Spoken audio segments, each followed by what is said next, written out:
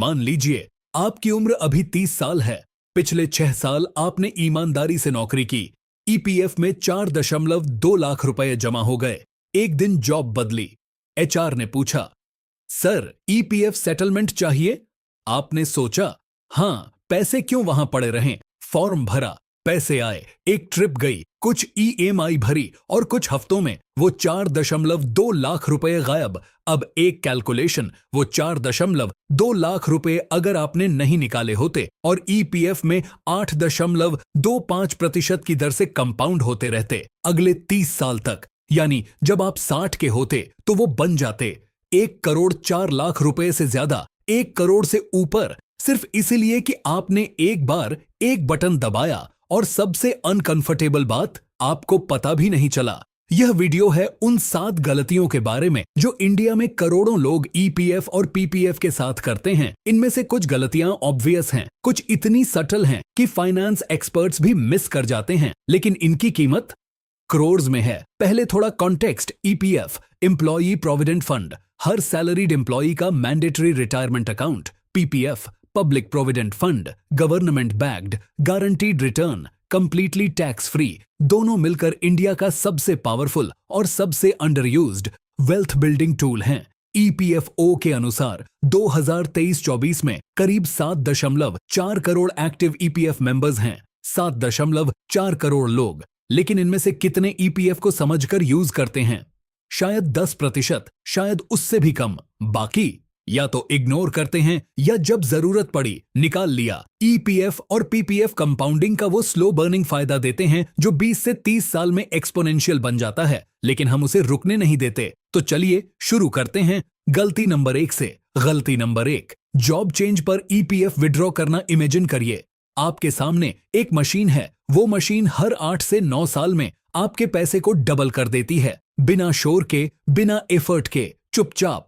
एक दिन आप उठते हैं, मशीन की प्लग निकालते हैं, पैसे निकाल लेते हैं और कहते हैं अभी जरूरत है। यही होता है जब आप जॉब चेंज पर ईपीएफ विथड्रॉ करते हैं। इंडिया में करीब 40 से 50% एम्प्लॉयज जॉब चेंज पर ईपीएफ का पैसा विथड्रॉ कर लेते हैं। साइकोलॉजी क्या है? वो पैसा एक्स्ट्रा लगता है, मेरी सैलरी के ऊपर का लगता है। एक्चुअली वो आपकी अपनी कमाई का हिस्सा है, बस आपको दिखता नहीं था। नंबर्स देखिए। सिनेरियो ए, विड्रॉ किया। सिनेरियो बी, ट्रांसफर किया। 4.2 लाख रुपए 30 साल की उम्र में निकाले। 4.2 लाख रुपए ईपीएफ में रहे। 8.25% कंपाउंड ग्रोथ रुक गई। 8.25% पर 30 साल कंपाउंड होती रही। 60 की उम्र में 4.2 लाख रुपए खर्च हो चुके। 60 की उम्र में 1.4 करोड़ रुपए प्लस 5 साल से पहले निकाला तो टीडीएस भी tax free, continuous, uninterrupted. Solution,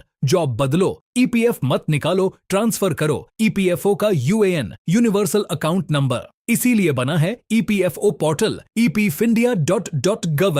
नई कंपनी का पीएफ नंबर लिंक, ट्रांसफर, बस इतना। गलती नंबर 2, पीपीएफ कंट्रीब्यूशन मैक्सिमाइज न करना। एक सवाल, आपकी कंपनी आपको 7 से 8% guaranteed completely tax free return देती है किसी इन्वेस्टमेंट में? नहीं। म्यूचुअल फंड मे बी, लेकिन गारंटीड नहीं। बैंक एफडी टैक्सेबल है। पीपीएफ देता है 7.1% guaranteed, government backed, triple tax benefit, contribution tax free, eighty C, growth tax free, maturity tax free, EEEE, exempt. PPF की एनुअल कंट्रीब्यूशन लिमिट है 1.5 लाख रुपए। Average PPF subscriber सालाना सिर्फ 47,000 रुपए के आसपास कंट्रीब्यूट करता है। 47,000 रुपए वर्सेस 1,50,000 रुपए। यह गैप करोड़ में बदलता है। 20 साल का फर्क। 7.1% रिटर्न पर 50,000 रुपए सालाना, 1,50,000 रुपए सालाना। लिमिट मैक्स, एनुअल कंट्रीब्यूशन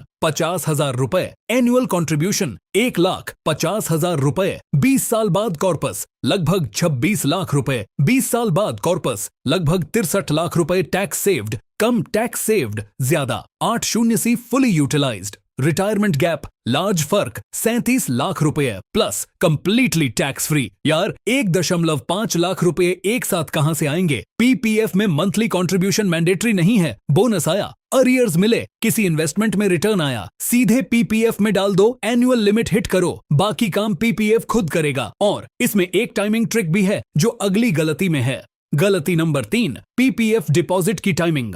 गलत होना यह टेक्निकली सबसे छोटी गलती लगती है, लेकिन 15 साल में 86,000 रुपए का नुकसान करा सकती है। सर्फ टाइमिंग की वजह से पीपीएफ इंटरेस्ट का रूल, पीपीएफ इंटरेस्ट कैलकुलेट होता है हर महीने की 5 तारीख और आखिरी तारीख के बीच के लोएस्ट बैलेंस पर। मतलब अगर आपने अप्रैल में पैसे 10 तारीख को डाले तो अप्रैल का पूरा महीने का इंटरेस्ट गया। अगर हर महीने 12,500 रुपए एसआईपी की तरह डाला, हर महीने थोड़ा थोड़ा इंटरेस्ट मिस होता है। ऑप्टिमल स्ट्रैटेजी, 1 अप्रैल से 5 अप्रैल के बीच पूरे 1.5 लाख रुपए एक साथ। इस तरह आपको पूरे 12 महीनों का इंटरेस्ट मिलता है। नया फाइनेंशियल ईयर शुरू होते ही यह पहला काम, मंथली एसआईपी 12,500 रुपए प्रति मंथ, लंप सम अप्रैल 1 से 5 1.5 लाख रुपए।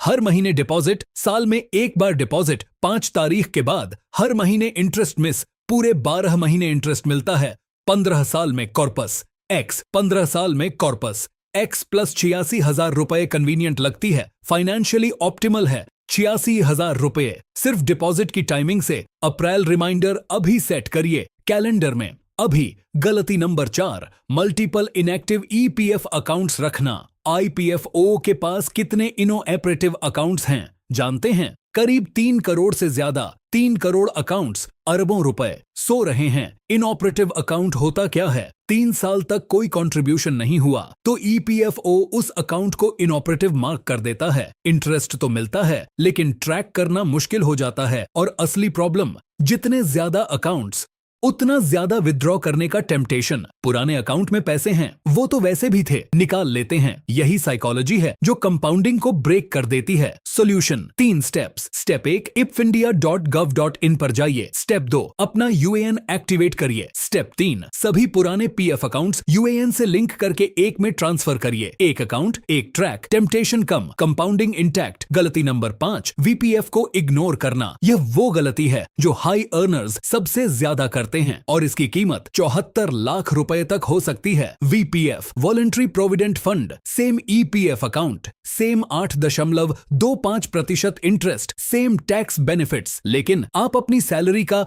100% तक कंट्रीब्यूट कर सकते हैं। मैंडेटरी 12% से ऊपर। वॉलंटरीली टैक्स हैक जो बहुत कम लोग जानते हैं। Budget 2021, finance act 2021, section 10(11). Employee का ईपीएफ प्लस वीपीएफ कंट्रीब्यूशन अगर साल में 2.5 लाख रुपए से ज्यादा हो तो उससे ऊपर का इंटरेस्ट टैक्सेबल। लेकिन यहाँ ट्रिक है, एम्प्लॉयर का कंट्रीब्यूशन इस 2.5 लाख रुपए लिमिट में काउंट नहीं होता। एग्जाम्पल, 50,000 रुपए प्रति महीना बेसिक सैलरी। कैलकुलेशन अमाउंट, आपका मैंडेटरी ईपीएफ 12%, 6,000 रुपए प्रति महीना बराबर 72,000 रुपए प्रति वर्ष। 2.5 लाख रुपए लिमिट में रिमेनिंग स्पेस 2,50,000 रुपए माइनस 72,000 रुपए बराबर 1,78,000 रुपए। यह 1,78,000 रुपए वीपीएफ में डालें। Completely tax free interest. 30 साल में एक्स्ट्रा वेल्थ वज बेसिक ईपीएफ 74 लाख रुपए plus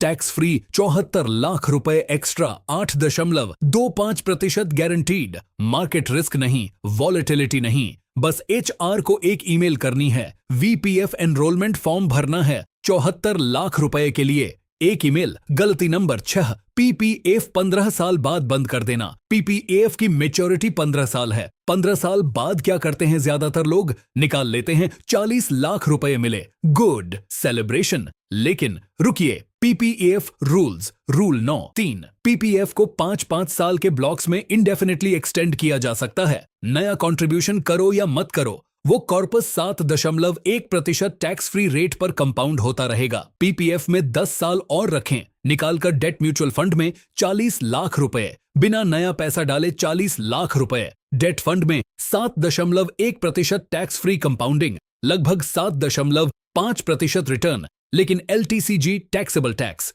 0, EEE benefit, tax after indexation 12.5% plus 10 साल बाद लगभग 80 लाख रुपए, 10 साल बाद लगभग 67 लाख रुपए net of tax extra gain versus debt fund PPF में रखने से 12.9 लाख रुपए ज्यादा, 12.9 लाख रुपए ज्यादा सिर्फ इसलिए कि आपने पैसे नहीं निकाले। पीपीएफ एक साइलेंट कंपाउंडर है, उसे बोलने दीजिए। गलती नंबर 7, नॉमिनी अपडेट न करना। यह 7 गलतियों में से सबसे पेनफुल है, इसलिए नहीं कि यह आपको नुकसान पहुंचाती है, इसीलिए कि यह आपके परिवार को नुकसान पहुंचाती है। एक एग्जाम्पल, एक व्यक्ति अचानक मृत्यु, ईपीएफ में 18 लाख रुपए, नॉमिनी नहीं भरा था या पुराना नाम था, शादी से पहले मां का नाम, पत्नी का नाम कभी ऐड नहीं हुआ। रिजल्ट, फैमिली को लीगल प्रोसेस से गुजरना पड़ा, 14 से 18 महीने, thousands in legal fees, emotional trauma,